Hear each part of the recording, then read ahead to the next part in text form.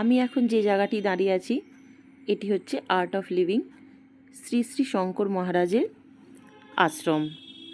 Art of লিভিংটা আছে ব্যাঙ্গালোর কনকপুরা রোডের কাছাকাছি।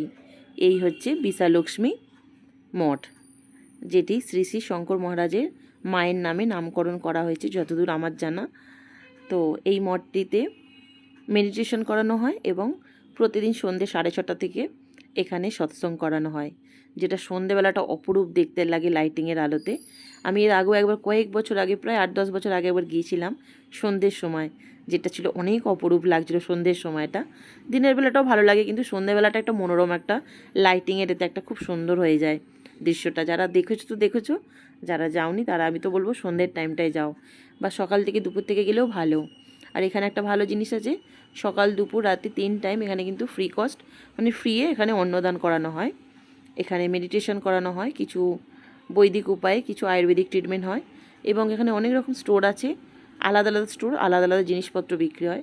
মানে ঠাকুর পুজো, ঠাকুরের কিছু সামান, লেডিস জেন্টসের বাচ্চাদের জামা কাপড়, ঘি, এই সব ধরনের অনেক জিনিস কিন্তু বিক্রি হয়। চাইলে তোমরা সেগুলো নিতে পারো। বেশ ভালো জায়গাটা, দেখে ঘুরে আসতে পারো। তবে আমি ব্যাঙ্গালোরে যে জায়গায় থাকি সেখান থেকে এটা 19 কিলোমিটার দূরত্বে।